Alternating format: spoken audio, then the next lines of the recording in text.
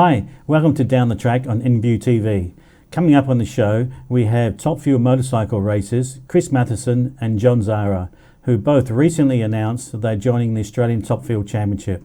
Let's see what they have to say and bring them on the show. Chris Matheson, John Zahra, welcome to the show. How are you? Good. Thanks, Bruce. Yeah, good, mate. Chris, I'm going to start with you. You're the current reigning top fuel motorcycle racer in Australia, that's right, yeah? Yes, correct. And how many times have you been champion? We started competing probably about 10 years ago, so we've won 7 of the national championships in that 10 years.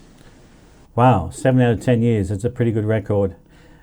And did you win one in your first year, or did it take a couple of years before you started winning?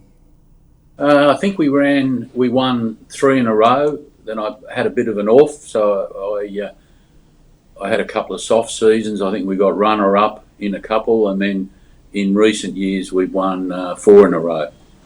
Wow, okay, fantastic effort. So you've announced that you're going to join the Australian Top Fuel Series.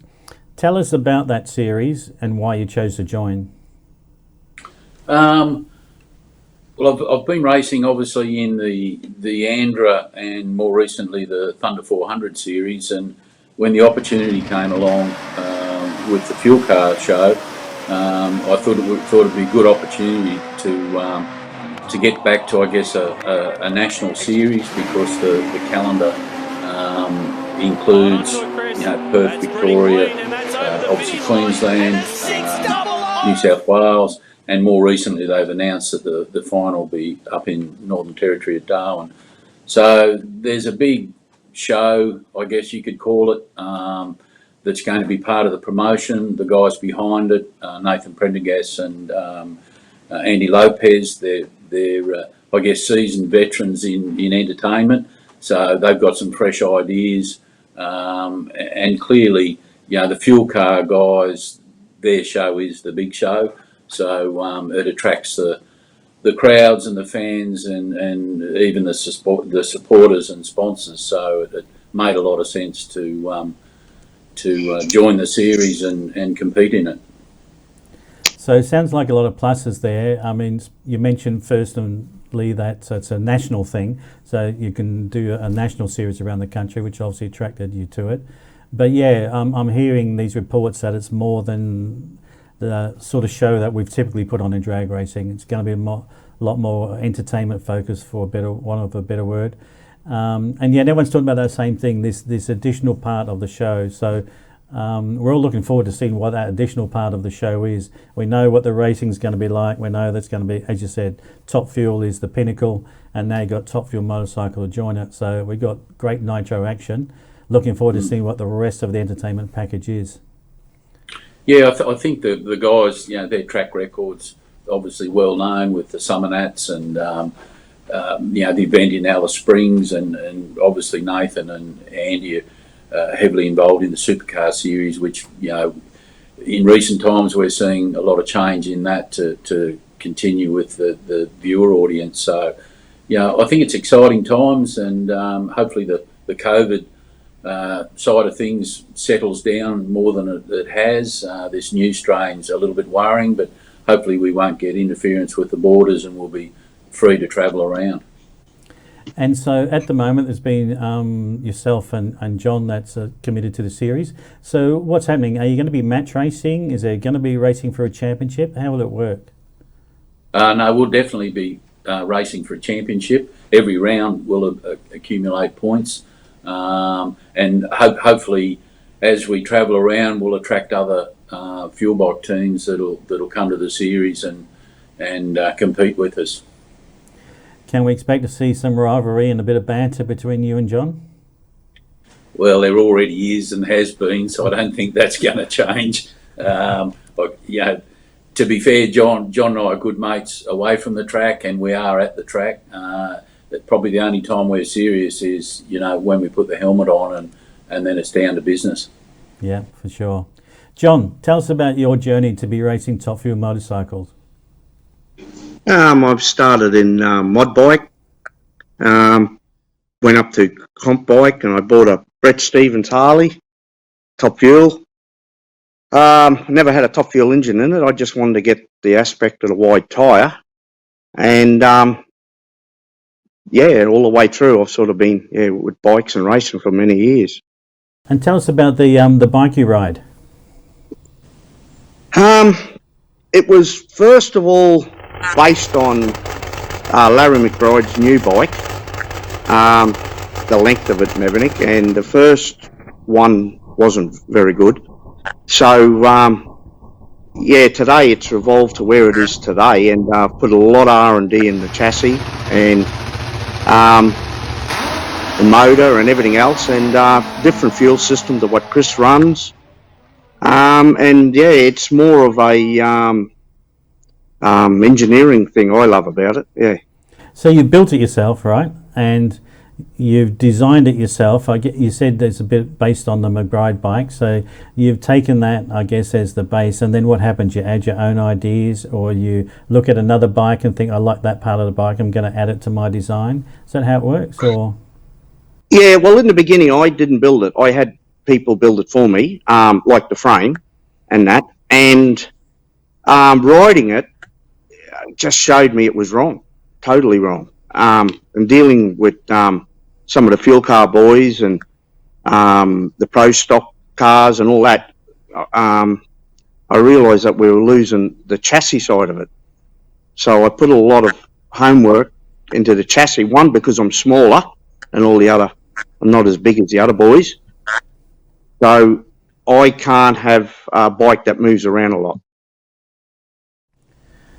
Right, so you customise the bike to yourself. You want a bike that doesn't move around a lot, so you build it or design it accordingly. Yeah, it's all based around my weight and size. I think Chris's would probably be the same. You've got to customise these bikes for a particular rider. You cannot put anyone on your bike and say go. Or mine would be very hard for a big rider to get into it. And we're just developing from here. I'm very happy where we're at. Like it's showing big potential. It's just sort of me and the bike joining now. Fantastic. And tell us about your crew. Who's the crew on Zahra? Well, I got the finance manager and second owner, my wife. She's like crew chief. Of course. My father's 80 odd. He does all the starting. You can't keep him away from the track. He's everyone knows him as Dad. And I've got Lee, my best mate. He helps me with the clutch and everything. And Paul Shackleton. He's there when we sort of need him. And we're starting a new couple to help us. They do extreme bike racing. Nathan and Vanessa. And I'm hoping the younger generation might be able to get him into it, teach him it, and never know what happens down the track. Very good, very good. And your supporters, sponsors, supporters you want to mention that helping you out? Yeah, well, Filter Wash Mackay is our main one. And just a few locals, and we hope we can pick up a few more to keep us racing a lot more. Well, I mean, now that you're announcing that you're racing a tour nationally, that's certainly going to help in that endeavour, I would think. Chris, tell us about your crew and supporters. I've got a mixed bag of crew. You know, some of the guys have been with me a while, but in recent times we've brought on some younger guys. It's getting harder and harder to pack up as you get older and older. So we've got some younger blokes that have come on, and we're trying to teach them everything we know, give them some knowledge. They're certainly enthusiastic, and they've brought an injection of enthusiasm into the team. So we're looking forward to getting stuck into the new series in the new year. As far as sponsors and supporters, you know, Rocket, Performance Wholesale, they're probably the two main ones. They've supported us for nearly 10 years. They've been very helpful on a number of fronts. And even CRC, CRC, I think I got my first can of 556 from them, 11 years ago. So they're still with us today. So, we're very grateful of the supporters that have stuck with us. It's great to mention that you've got supporters that have been with you for a long time, because it just proves that you've got a great product, and that's why they're supporting you. And the sport itself is obviously a great product. So back to the competition. There's obviously both yourself, Chris, and yourself, John. What other competitors can we expect to see join the series? There's been mention of Jay Upton. I guess he looks like being one. Who else you're hoping will join the series? You want to go, Chris, or? No, you go, John. No problem. I'd like to think we got Corey Buttigieg. He's sort of nearly ready to go. Just licensing. Neville Smith. There's Danny. Jay, of course, and hopefully as many as you can get to keep Top Bike going. That's what this is all about. And will it be a case of there'll be yourselves that would do the whole series, and then you're hoping that some locals would join as you're going around? So some that may not be able to afford the whole series, but will definitely race rounds that are close to them. Yeah, definitely, Bruce. Ideally we might get a couple of others that will travel the bulk of the series around Australia, and then when we come to a track that's nearby to the locals, they come out and compete. That's the ideal, and it's probably no dissimilar to what the current series have been doing. There's the sort of diehards that travel, but that's certainly been problematic in recent years with what's been going on with the borders. But yeah, hopefully we get some more permanent travellers and we get some numbers at the tracks, definitely. To you both, win the championship or the first 5? What would you choose? Both. Both? You want both? John? Yeah.